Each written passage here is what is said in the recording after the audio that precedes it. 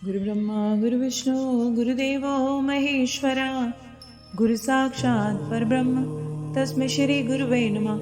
ओम श्री गणेशाय नमः। बोल शंकर भगवान की जय, बोल गौरा मैया की जय। हर हर महादेव। नारद जी का शिव तीर्थों में भ्रमण करना, शिव तीर्थों में दर्शन करने जाना और शिव गणों को शाप उद्धार की बात बताना कि जो शिव गणों को नारद जी ने शाप दिया था उससे उद्धार उनको कैसे मिलेगा, उसके बारे में बताना। ब्रह्मलोक में जाकर ब्रह्मा जी से शिव तत्व के विषय में प्रश्न करना। और ब्रह्मा जी जो जहाँ ब्रह्मा जी रहते हैं वो ब्रह्मलोक, वहाँ जाकर ब्रह्मा जी से शिव तत्व के बारे में, शिव जी के बारे में, उनकी प्राप्ति के बारे में प्रश्न करना। सूची कहते ऋषियों भगवान श्री हरि के अंतर ध्यान हो जाने पर जब वो अपनी जगह से वहाँ एकदम अंतर ध्यान हो गए तब मुनिशिष्ट नारद शिवलिंगों का भक्तिपूर्ण दर्शन करते हुए पृथ्वी पर विचरने लगे। जितने भी ज्योतिर्लिंग और शिवलिंग है, स्वयंभूलिंग है, उन सब का दर्शन करने लगे नारद जी। और ब्राह्मणों भूमंडल पर, इस पृथ्वी पर घूम फिर कर उन्होंने भोग मोक्ष देने वाले बहुत से शिवलिंगों की पूजा की और उनका दर्शन भी किया।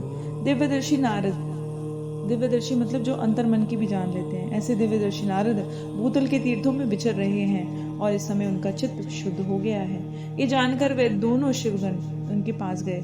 अब जिन शिवगणों को नारद जी ने शाप दिया था क्रोध में, अब उनको लगा कि अब नारद जी का चित्त शुद्ध हो गया है, अब हमें उनके पास जाना चाहिए अपने जो हमें शाप दिया था उसके उद्धार के लिए। उन्होंने आदरपुर मुनि के पैर पकड़ लिए और अपने उद्धार का, शाप से उद्धार का उपाय पूछने लगे और उनको दंडवत प्रणाम किया। शिवगण बोलते हैं कि ब्राह्मण, हम दोनों शिव के गण हैं। मुने, हमने ही आपका अपराध किया है। राजकुमारी श्रीमती के स्वयंवर में आपका चित्त माया से मोहित हो रहा था। उस समय परमेश्वर की प्रेरणा से, कि भगवान भोलेनाथ की प्रेरणा से आपने हम दोनों को शाप दे दिया। वहाँ कुसमय जानकर हमने सोचा कि ये वक्त अच्छा नहीं है, इसलिए हमने ज्यादा कुछ बोले नहीं और चुप रह गए। अपनी जीवन की रक्षा उसी में समझी, इसमें किसी का दोष नहीं है। हमें अपने कर्म का फल प्राप्त हुआ है।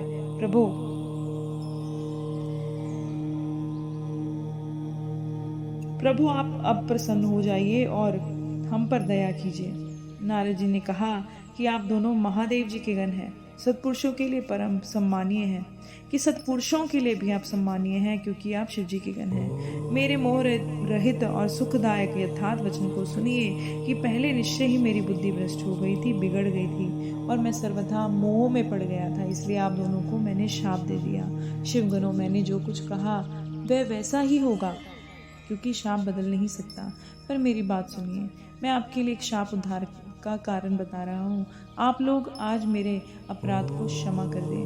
मुनिवर विश्वा के वीर से जन्म ग्रहण करके आप, मुनिवर विश्वा जो ऋषि मुनि थे, उनके वीर से आप दोनों का जन्म संपूर्ण दिशाओं में प्रसिद्ध कुंभकर्ण और रावण के नाम से होगा।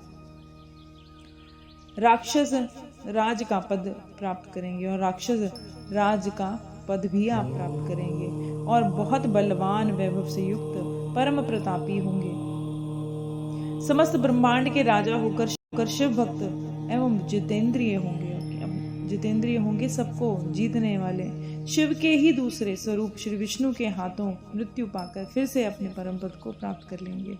ये सारी ही लीला भगवान शिव ने रामायण लिखने के लिए रचाई थी।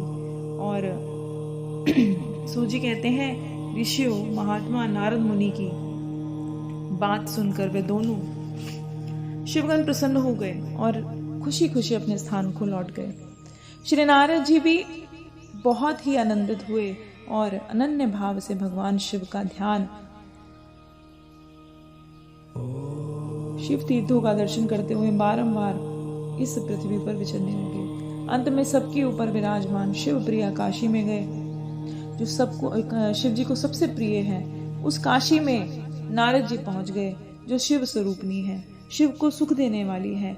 काशीपुरी का दर्शन करके नारद जी धन्य हो गए। उन्होंने भगवान काशीनाथ का दर्शन किया और परमानंद से युक्त होकर उनकी पूजा भी की। काशी का सानंद सेवन करके वे मुनिशेष कृतार्थ हो गए और प्रेम से विहल होकर उनका नमन वनन और स्मरण करते हुए ब्रह्मलोक को गए।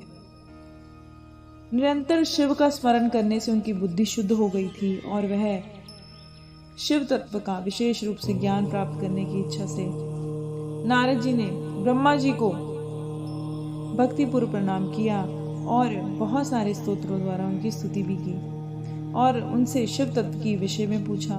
उस समय नारद जी का हृदय भगवान शंकर के प्रति भक्ति भावना से भरा हुआ था। नारद जी कहते हैं कि ब्रह्मा जी, पर ब्रह्म परमात्मा के स्वरूप को जानने वाले पितामह जगत प्रभु, आपकी कृपा प्रसाद से मैंने भगवान विष्णु के उत्तम महात्मा का पूर्णतः ज्ञान प्राप्त किया है। भक्ति मार्ग, ज्ञान मार्ग और दुस्तर मार्ग, तपो मार्ग, दान मार्ग और तीर्थ मार्ग भी वर्णन सुना है, परंतु शिव तत्व का ज्ञान मुझे अभी तक नहीं हुआ है। मैं भगवान शंकर की पूजा विधि को नहीं जानता।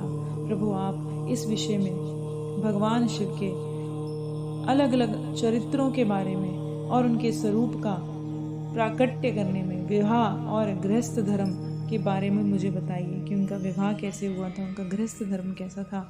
निष्पाप पितामह, ये सारी बातें और भी जो कुछ जरूरी हो उन सब मुझे आपको बता देनी चाहिए। आपको मुझे बता देनी चाहिए प्रजानाथ। शिव और शिवा के आविर्भाव और विवाह का प्रसंग विशेष रूप से मुझे कहिए तथा कार्तिकेय के जन्म की कथा भी मैं सुनना चाहता हूँ। पहले बहुत से लोगों के मन में ये बातें सुनी है किंतु तृप्त नहीं हो सका, इसलिए आपकी शरण में आया हूँ। आप मुझ पर कृपा कीजिए और अपने पुत्र नारद की बात सुनकर लोक पितामह ब्रह्मा इस प्रकार से बोलते हैं। बोल शंकर भगवान की जय, बोल गौरा मैया की जय, हर हर महादेव।